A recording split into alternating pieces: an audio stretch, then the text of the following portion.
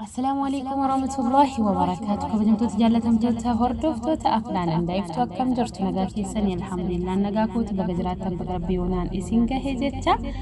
ولا لو قبابتو سيسنف قبل إديان انترا متدري ولا لتي أنو سيادي راجتي نوالين ترتي غاري أنو سياديرا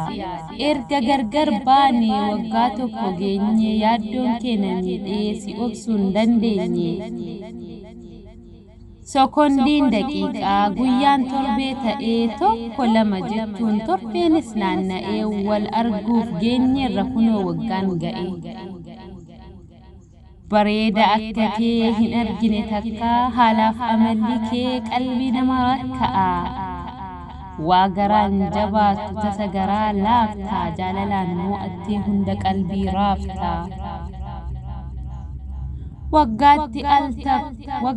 al tokko naaf taate keessummaa osoon si jaalladhu si dhabus tasumaa amma wal arguu fi alhamdulillahi kan waliin nu gaheef galata ilaahii kan qabatee deemu gumaata gurguddaa osoo addaan hin qoodin isa xiqqaaf guddaa hundaaf kennitaa nama qalbii qabuuf jaalallee koo dhugaa yaa badhaasa rabbii hundumaaf kennitaa nama qalbii qabuuf jaalallee koo dhugaa yaa badhaasa rabbii nama waliin oodes walit araarsitaa jaalalaan mo'attee qalbii xahaarsita Arheebu Rahmadaan jaalallee koo haqaa qalbiin koo gammadde si waamuudhaaf maqaa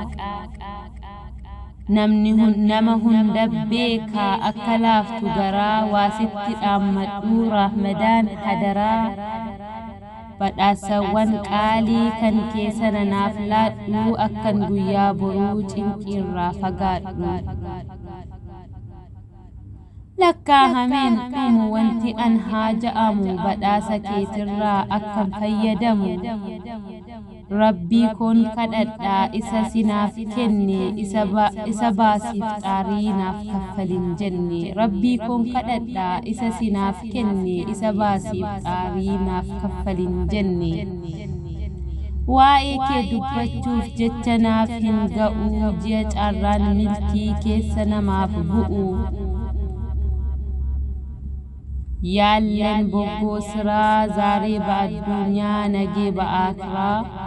kayriin kumaatamni barsi keessa jira hunduu si jaallataa eenyutu si jibbaa waa tokko haaja'amnee kan argannu kumaa Ji'a carraan guddaan keessatti kuufamee kan quraanni rabbii keessatti buufamee silas waa'een kan kee yoom himamee dhuma halkan tokkichisaa caalu baatii kuma Yaa laylatul qadrii halkan kabajamaa ji'a rahmadaanaa keessatti argama rabbiin nu haa godhu irraa fayyadamaa Yaa laylatul qadrii halkan kabajamaa ji'a ramadaanaa keessatti argama rabbiin nu haa godhu irraa fayyadamaa Barreessee fixuudhaaf waa'ee rahmadaanaa waa dandeettiin qabu humni koo gadaanaa Decheen kun waraqaa mukni immoo qalamaa barreessanii fixuun mee yoomuma danda'ama Dhaamsa koo gabaabduu yoo waliin geessanii itti fayyadamuuf hamma dandeessanii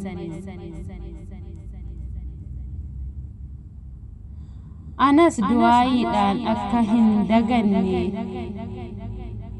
badhaasni guddaan kun akkana hin hanqanne Anas du'aayiidhaan akka hin daganne badhaasni guddaan kun akkana hin hanqanne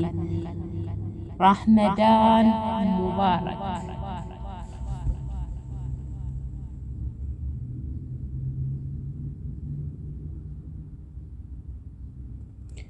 kabajamtoota jaallatamtoota afnaan anda iftu